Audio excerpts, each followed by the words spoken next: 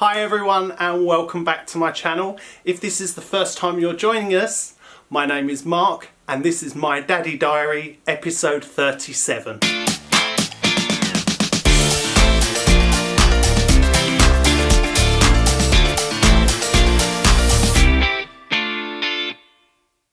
First things first, I just wanted to apologise to those of you that do watch every week that there was no episode last week. As some of you may have noticed, I did an unboxing video on the Friday and I had intended for the Daddy Diary to be filmed and to go up on the Saturday. Unfortunately, family life, things took a little turn of events. Unfortunately, we really didn't have the best weekend. Those of you that follow me on Twitter already know a little bit about it, but effectively we had to say goodbye to our eldest little fur baby, our little cat called Nala. She was just shy of 11 years old. She was a big part of our family, but yeah, we had to say goodbye to her. So, you know, the weekend was quite intense, and then after that it just kind of, the whole idea of filming and so on and so forth just kind of went out the window a little bit. So yeah, that's why there was no episode last week. I am going to do my best to get back on track because I quite like the fact that the week videos kind of went in line with how many weeks old that Sophie is. So I will try and get back on track by maybe doing an extra or making the gap between the videos a little shorter. But obviously we'll see how that goes. I just don't know.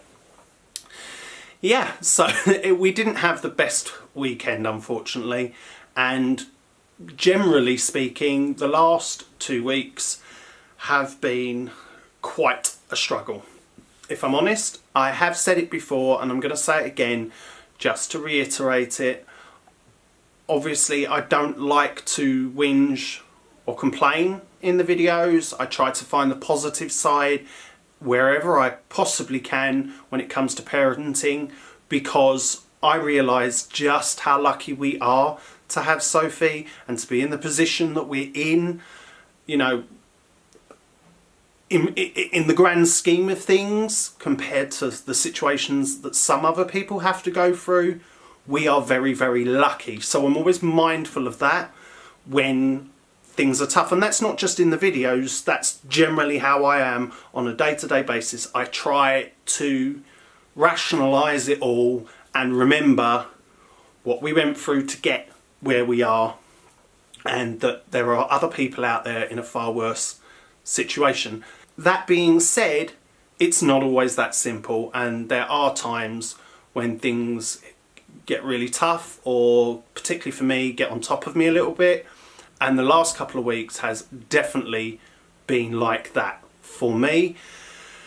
Sophie has now entered this stage where she cries, or more to the point, screams whenever we leave the room. You know, I believe it's all part of that abandonment fear element. And obviously when we walk out the room, she thinks we're gone for good and we're not.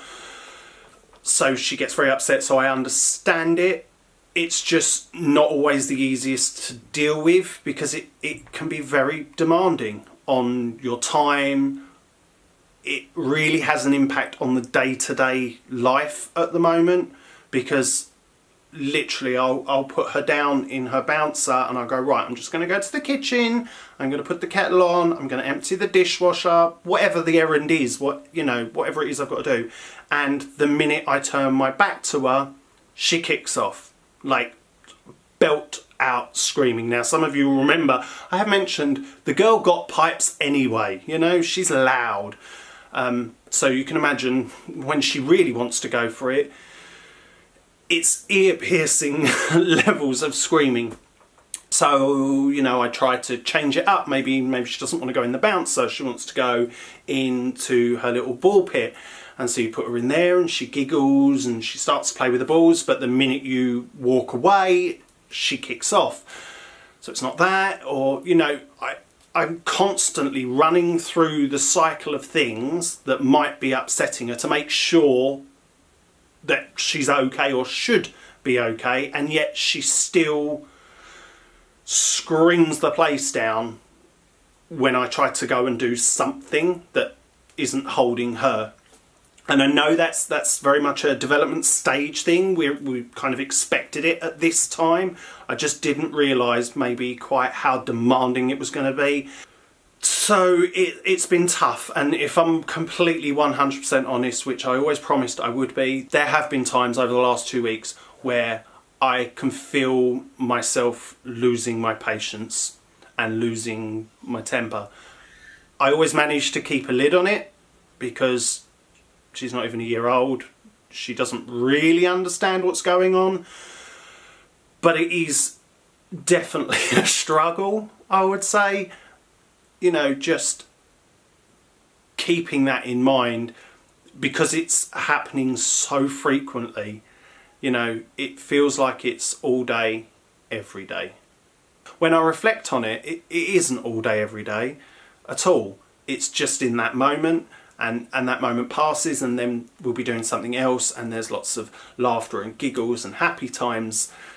So I think that's another reason why doing the Daddy Diaries is so helpful to me, because I get to reflect on everything. And that's probably why I don't complain or talk about the really awful times in the Daddy Diaries, is because by doing the Daddy Diaries I actually reflect on the week we've had, and a lot of the things that in that moment really wound me up or, you know, got under my skin, by the time I film the Daddy Diary, in retrospect, it's not that important, or it wasn't that big a deal, and it was nothing. That kind of, I guess that's what I'm getting at really.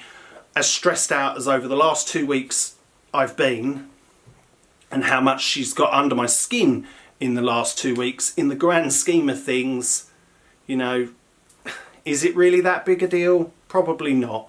But it's worth mentioning it for anyone else out there that does have those days where you just think, I can't do right for doing wrong. It doesn't matter what I do. It's like I say, over the last 2 weeks, it hasn't mattered what I'm doing. It feels like I'm doing it wrong because she still kicks off and screams, particularly if I try to leave the room or if I'm doing something that doesn't put her front and centre.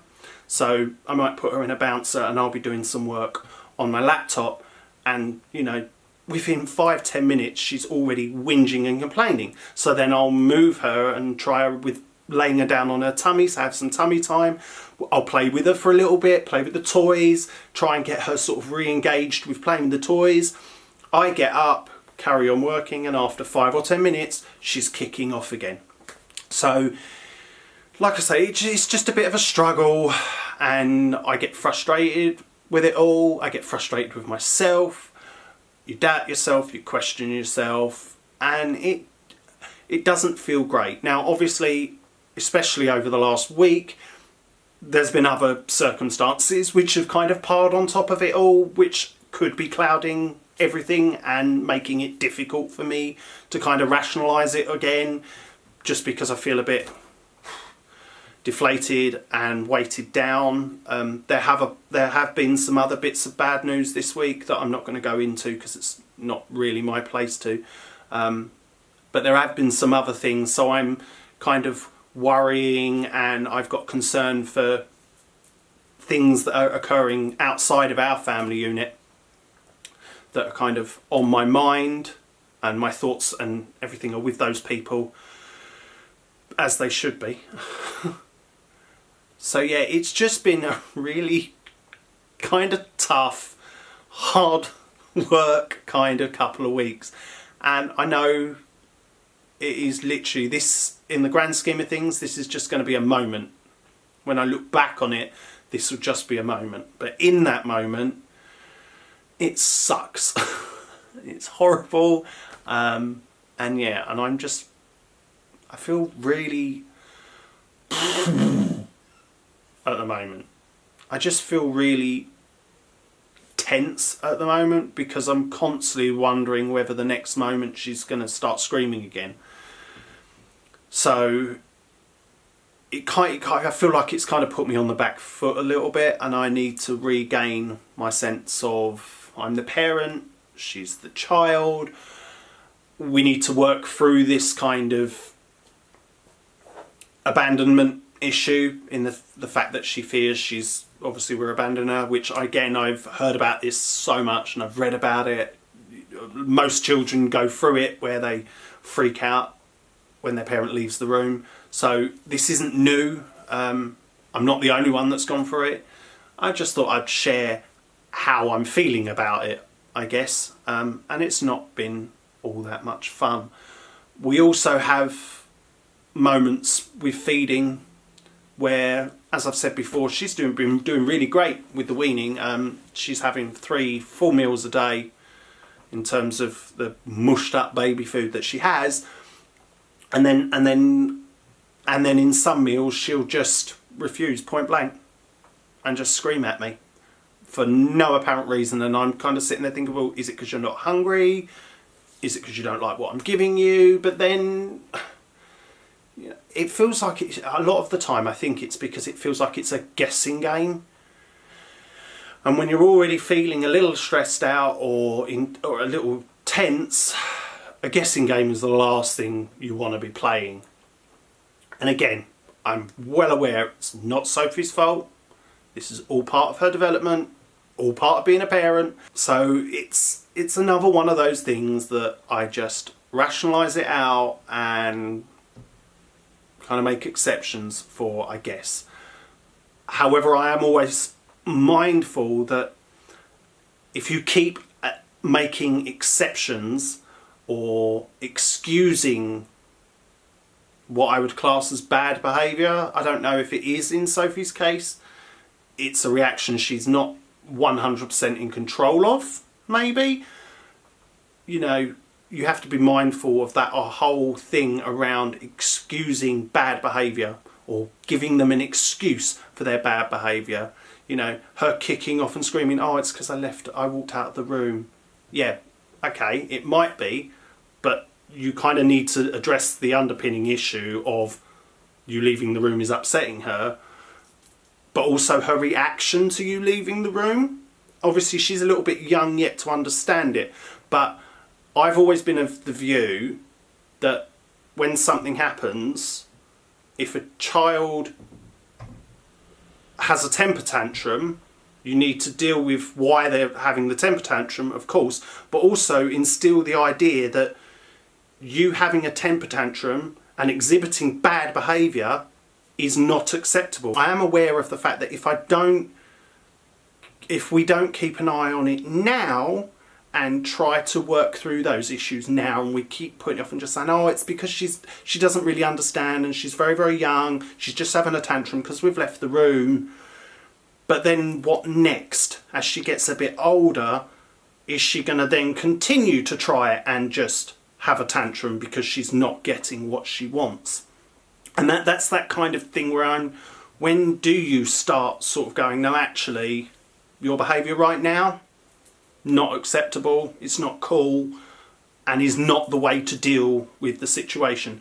Now, I guess as she gets older and we can talk to her more, we will be able to have those conversations. I'm just concerned by that point, if she's already been kind of getting away with throwing tantrums to get what she wants, it's going to be even harder to break that cycle. So yeah, that's always in my mind, and I'm just stressed out worrying about it all. And obviously I do try to bear it in mind every time she has one of these tantrums and the screaming fits because she's basically not getting away, that she is under a year old, she doesn't fully understand and have full control over her reactions to things. I think a lot of it is almost like auto-programmed into them.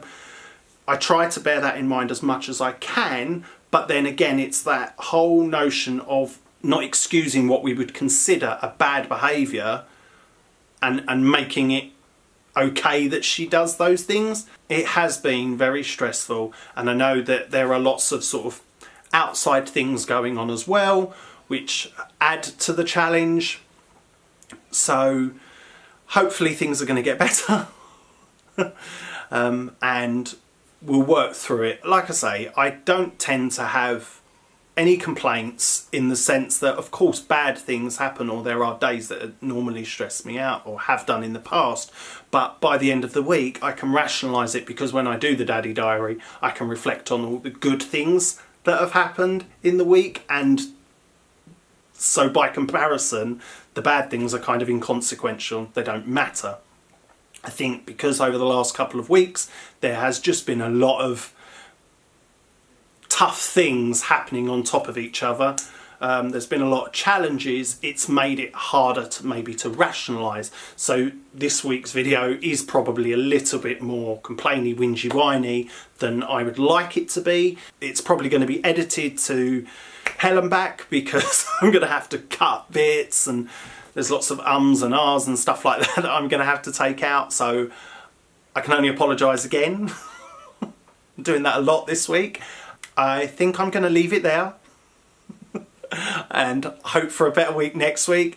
Of course, thank you as always for stopping by and watching the video. If you've enjoyed it, give us a like, and if you want to see more content from us, please hit the subscribe button, and I'll see you next time. Bye!